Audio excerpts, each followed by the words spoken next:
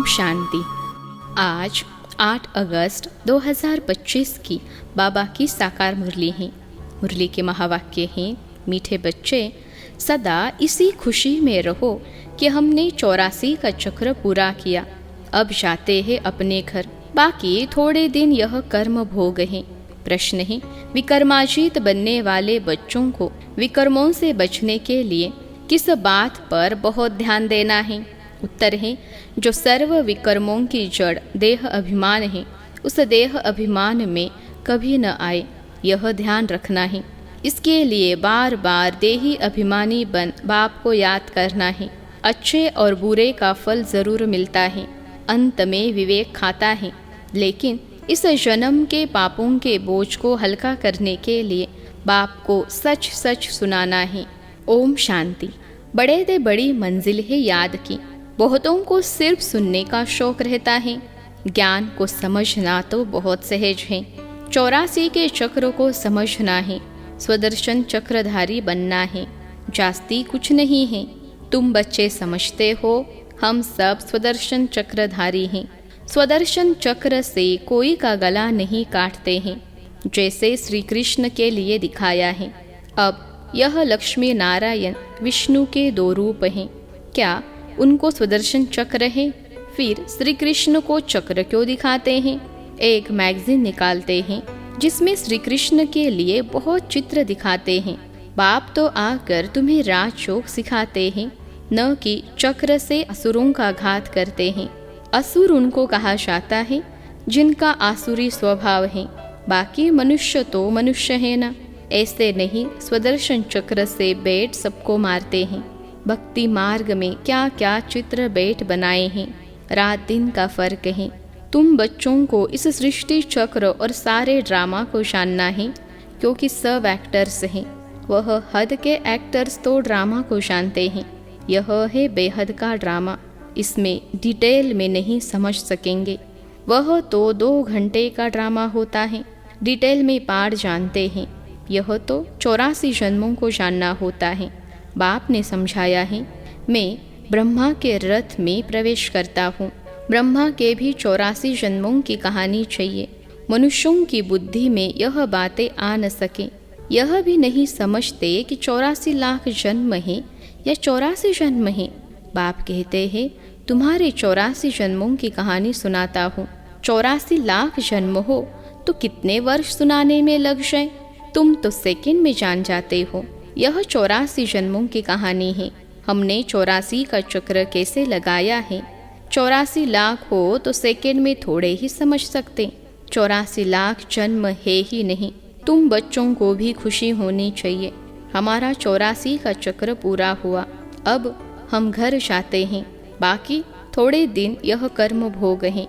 विकर्म भस्म हो, कर्मातीत अवस्था कैसे हो जाए, इसके लिए यह युक्ति बताई है। बाकी समझाते हैं, इस जन्म में जो भी विकर्म किए हुए हैं वह लिख कर दो तो बोझ हल्का हो जाए।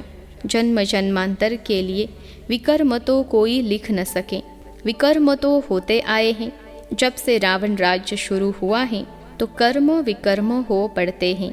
सतयुग में कर्म अकर्म होते हैं। भगवानुवाच, तुमको कर्म अकर्म विकर्म की गति को समझाता हूँ। विकर्माजीत का संबंध लक्ष्मी नारायण से शुरू होता है। सीढ़ी में बड़ा क्लियर है। शास्त्रों में यह कोई बातें नहीं है। सूर्यवंशी चंद्रवंशी का राज भी तुम बच्चों ने समझा है कि हम ही थे। विराट रूप का चित्र भी बहुत बनाते हैं, परंतु अर्थ कुछ भी नहीं जानते। बाप बिगर कोई समझा नहीं सकते। इस ब्रह्मा के ऊपर भी कोई है ना जिसने सिखाया होगा। अगर कोई गुरु ने सिखाया होता तो उस गुरु का सिर्फ एक शिष्य तो नहीं हो सकता। बाप कहते हैं, बच्चे तुम्हें पतित से पावन, पावन से पतित बनना ही है। यह भी ड्रामा में नोंद है। अनेक बार यह चक्र पास किया है, पास करते ही रहेंगे। तुम हो ऑलराउंड पार्टधारी। आदि से अंत तक पार्ट और कोई का है नहीं। तुमको ही बाप समझाते हैं। फिर तुम यह भी समझते हो कि दूसरे धर्म वाले फलाने फलाने समय पर आते हैं। तुम्हारा तो ऑलराउंड पार्ट है। क्रिश्चियन के लिए तो नहीं कहेंगे कि सतयुग में थे। वह तो द्वापर के भी बीच में आते हैं। यह नॉलेज तुम बच्चों की ही बुद्धि में है, किसको समझा भी सकते हो। दूसरा कोई सृष्टि के आदि मध्य अंत को नहीं जानते, रचयिता को ही नहीं जानते तो रचना को कैसे जानेंगे। बाबा ने समझाया है, जो राइटियस बातें हैं वह छपा कर एरोप्लेन से सब जगह गिरानी है। वह पॉइंट्स अथवा टॉपिक्स बैठ लिखनी चाहिए। बच्चे कहते हैं काम नहीं है, बाबा कहते हैं यह सर्विस तो बहुत है, यह एकांत में बैठ यह काम करो। जो भी बड़ी बड़ी संस्थाएं हैं, गीता पाठशालाएं आदि हैं, उन सबको जगाना है, सबको संदेश देना है। यह पुरुषोत्तम संगम युग है। जो समझदार होंगे वह झट समझेंगे। ज़रूर संगम युग पर ही नई दुनिया की स्थापना और पुरानी दुनिया का विनाश होता है। सतयुग में पुरुषोत्तम मनुष्य होते हैं, यहाँ है आसुरी स्वभाव वाले पतित मनुष्य। यह भी बाबा ने समझाया है। कुंभ का मेला आदि जो लगता है, बहुत मनुष्य जाते हैं स्नान करने। क्यों स्नान करने जाते हैं? पावन होना चाहते हैं। तो जहाँ जहाँ मनुष्य स्नान करने जाते हैं वहाँ जाकर सर्विस करनी चाहिए। मनुष्यों को समझाना चाहिए, यह पानी कोई पतित पावनी नहीं है। तुम्हारे पास चित्र भी है, गीता पाठशालाओं में जाकर यह परिचय बांटने चाहिए। बच्चे सर्विस मांगते हैं, यह बैठ कर लिखो। गीता का भगवान परमपिता परमात्मा शिव है, न कि श्री कृष्ण। फिर उनकी बायोग्राफी की महिमा लिखो, शिव बाबा की बायोग्राफी लिखो, फिर आपे ही वह जज करेंगे। यह पॉइंट्स भी लिखनी है कि पतित पावन कौन। फिर शिव और शंकर का भेद भी दिखाना है। शिव अलग है, शंकर अलग है, यह भी बाबा ने समझाया है। कल्प 5000 वर्ष का है। मनुष्य 84 जन्म लेते हैं, न कि 84 लाख। यह मुख्य मुख्य बातें शॉर्ट में लिखनी चाहिए, जो एरोप्लेन से भी गिरा सकते हैं, समझा भी सकते हैं। यह जैसे गोला है, इसमें क्लियर है फलाने फलाने धर्म फलाने फलाने समय पर स्थापन होते हैं, तो यह गोला भी होना चाहिए। इसलिए मुख्य 12 चित्रों के कैलेंडर्स भी छपवा सकते हो, जिसमें सारा ज्ञान आ जाए और सर्विस सहज हो सके। यह चित्र बिल्कुल ज़रूरी है। कौन से चित्र बनाने हैं, क्या क्या पॉइंट लिखनी चाहिए, वह बैठ लिखो। तुम गुप्त वेश में इस पुरानी दुनिया का परिवर्तन कर रहे हो। अननोन वॉरियर्स हो, तुमको कोई नहीं जानते। बाबा भी गुप्त, नॉलेज भी गुप्त। इनका कोई शास्त्र आदि बनता नहीं।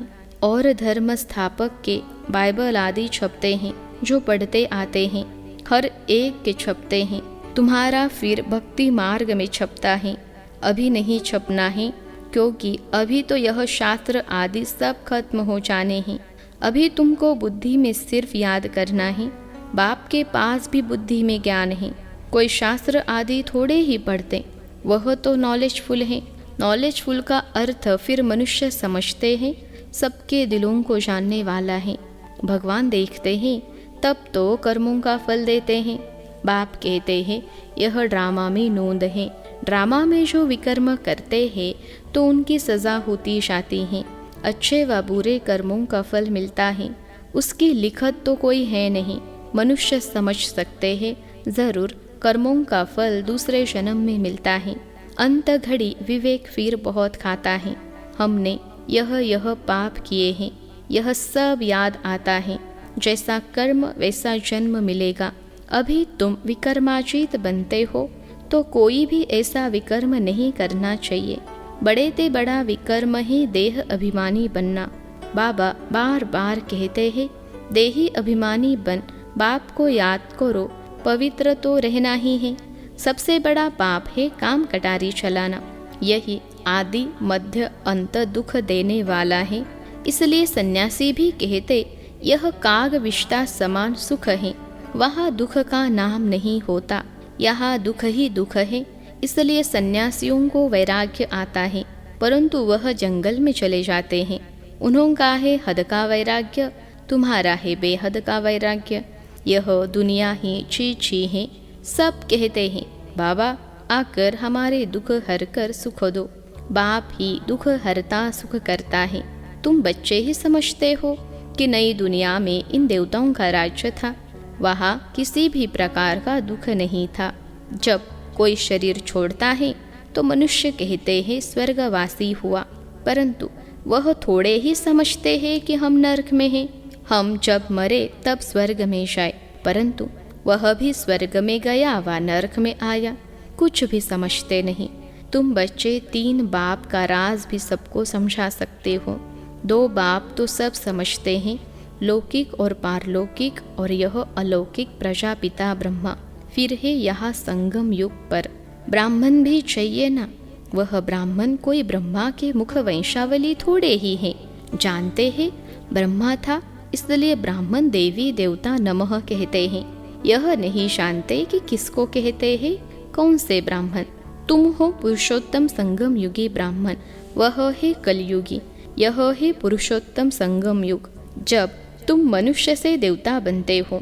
देवी देवता धर्म की स्थापना हो रही है, तो बच्चों को सब पॉइंट्स धारण करनी है और फिर सर्विस करनी है। पूजा करने व श्राद्ध खाने पर ब्राह्मण लोग आते हैं, उनसे भी तुम चिटचाट कर सकते हो, तुमको सच्चा ब्राह्मण बना सकते हैं।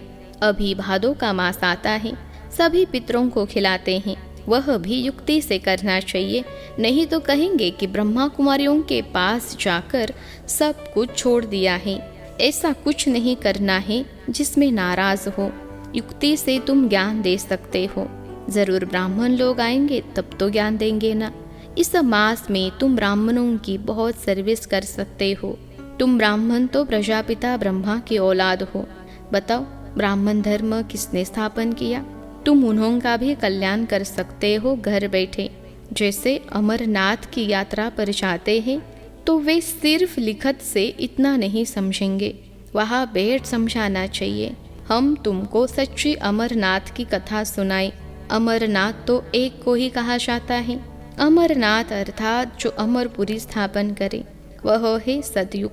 ऐसे सर्विस करनी पड़े, वहाँ पैदल जाना पड़ता है। जो अच्छे अच्छे बड़े बड़े आदमी हो उनको जाकर समझाना चाहिए। सन्यासियों को भी तुम ज्ञान दे सकते हो। तुम सारी सृष्टि के कल्याणकारी हो। श्रीमत पर हम विश्व का कल्याण कर रहे हैं। बुद्धि में यह नशा रहना चाहिए।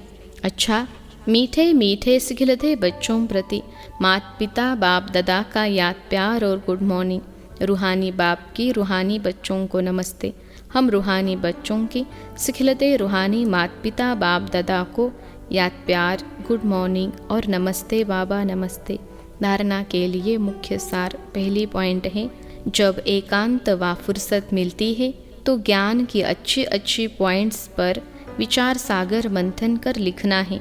सबको संदेश पहुंचाने व सबका कल्याण करने की युक्ति रचनी है।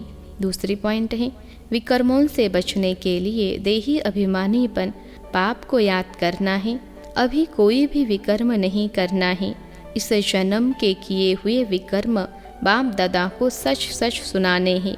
आज का वरदान है, अटल भावी को जानते हुए भी श्रेष्ठ कार्य को प्रत्यक्ष रूप देने वाले सदा समर्थ भव। अटल भावी को जानते हुए भी श्रेष्ठ कार्य को प्रत्यक्ष रूप देने वाले सदा समर्थ भव। विश्लेषण है, नया श्रेष्ठ विश्व बनने की भावी अटल होते हुए भी समर्थ भव के वरदानी बच्चे सिर्फ कर्म और फल के, पुरुषार्थ और प्रारब्ध के, निमित्त और निर्माण के कर्म फिलॉसफी अनुसार निमित्त बन कार्य करते हैं।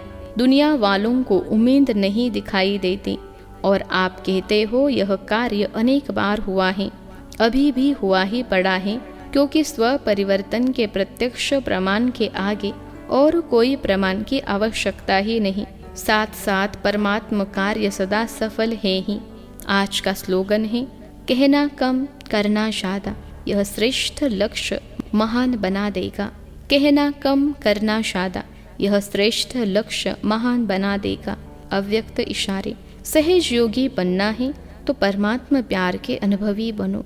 सेवा में व स्वयं की चढ़ती कला में सफलता का मुख्य आधार है एक बाप से अटूट प्यार। बाप के सिवाय और कुछ दिखाई न दे। संकल्प में भी बाबा, बोल में भी बाबा, कर्म में भी बाप का साथ ऐसी लवलीन स्थिति में रहे, एक शब्द भी बोलेंगे तो वह स्नेह के बोल दूसरी आत्मा को भी स्नेह में बांध देंगे। ऐसी लवलीन आत्मा का एक बाबा शब्द ही जादू मंत्र का काम करेगा। अच्छा, ओम शांति।